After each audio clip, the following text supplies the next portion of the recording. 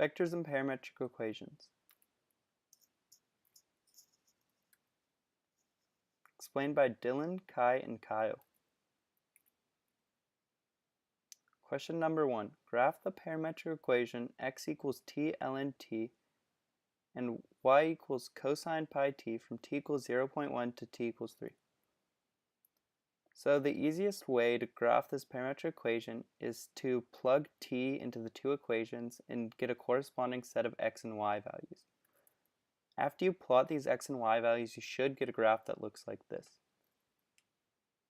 So a common mistake with graphing a parametric equation using a set of points would be to forget to draw arrows to indicate the movement of the x, y values as t increases.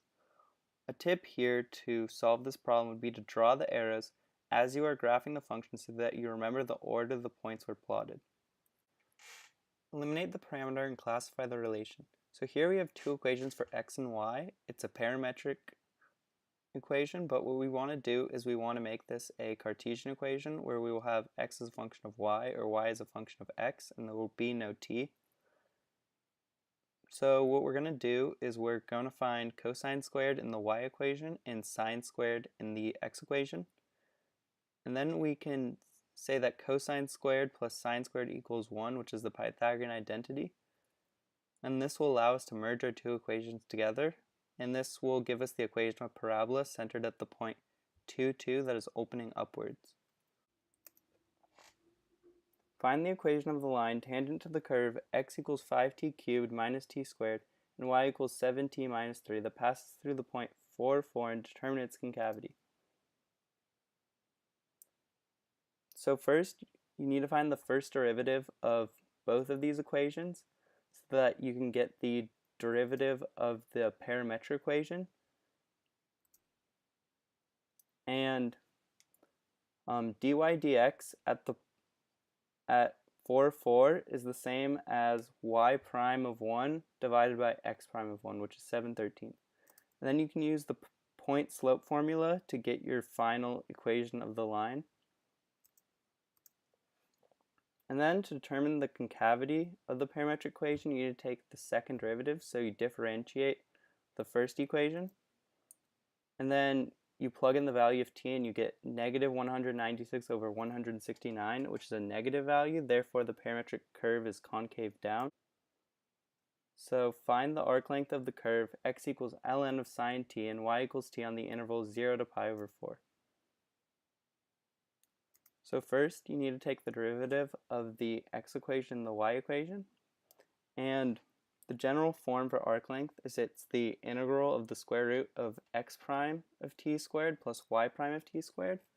So here, x prime squared plus y prime squared equals tangent squared of t plus 1, which is equal to the secant squared of t. And then once you plug that into the formula for arc length, you get the integral from 0 to pi over 4 of secant of t. And that's equal to the ln of the secant of t plus the tangent of t evaluated from 0 to pi over 4. And this equals the ln of 1 plus the square root of 2 minus 1. Given the curve described by the parametric equations, x equals the tangent inverse of t and y equals t sine t, for t is values on 1 to 3, find the point where the curve has a local extrema on the domain. Classify it as a local minimum or maximum. So first you need to find dy dx in order to find the extrema. And then here you find x prime of t and y prime of t. And dy dx is y prime of t over x prime of t. And what you ultimately get is sine of t plus t cosine t times 1 plus t squared is your first derivative. And then the relative extrema are where your first derivative equals 0. So if you set this equal to 0, you ultimately get the tangent of t plus t equals 0. And you can use a graphing calculator to find this 0. So what you do is you first graph the function, you press second trace, and you select 0, and then you set the left boundary to a number greater than 1. Set the right boundary just to the right of the 0, and a common error here would be not considering the domain of functions when solving for zeros.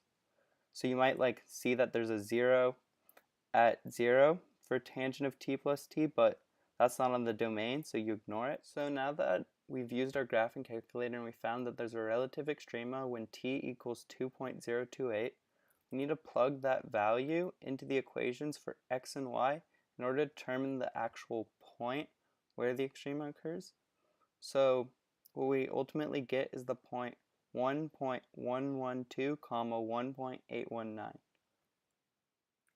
And now, in order to determine whether or not the extrema is a minimum or maximum, we need to find the second derivative.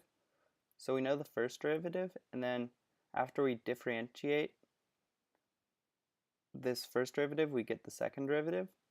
And then if we plug the t value into this equation, we find that the second derivative is a negative number at the extrema, and then we know that the slope of the function is decreasing at this point, so we know that it's a maximum. Okay, so we're going to go through numbers 6 to 9. For number 6, we have to find a horizontal tangent and vertical tangent.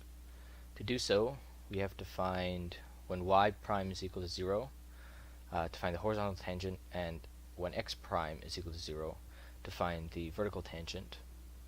Now, if we look at the work, we have y prime of t, so that's a straightforward derivative, and x prime of t, which is also straightforward, and then so we equal y prime of t to 0.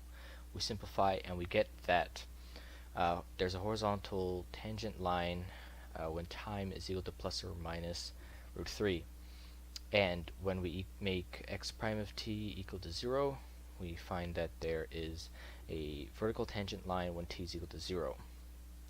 For number 7, we're given an acceleration vector. We have to find the velocity and position vector. To do so, we just have to take the integral of the acceleration vector, and then we plug in 1 to find c. So c1, c2, and c3, which we have here. And then we get the velocity vector. For the position vector, we take the integral of the velocity vector, and then we plug in 1 again to make each equation equal to 1, 10, and 2. And then we have c1, 2, and 3, which gives us our position vector.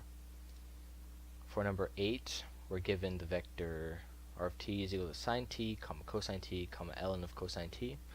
And we have to find the arc length from t equals pi over 6 to pi over 3. Now, to do so, we need to use the arc length formula, which is the integral from a alpha to beta of this thing. It's not the absolute value. It's essentially the square root of the derivative of each equation squared. So we have the derivative, so we have r prime of t, and then we have each of them squared here in the arc length formula.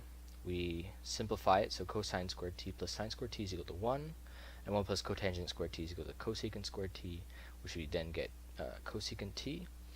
And then we take the integral, and then we get this number, which is, so if we're using a calculator, you can find this. However, if you're not, then this is just fine. The arc length formula works for vectors with 3 or parametrics with just 2. It's just the same thing. Take the derivative squared of each equation under square root. Take the integral of that. Okay. So for number 9, we have the position function for x of t and y of t. I mean, we're not given the position function for x, t, and y of t, but we are given the velocity function, or the derivative of x of t and y of t, and we're given the initial position for x and y. Now, to find the speed of the particle, what we have to do is we have to use the distance formula with these equations.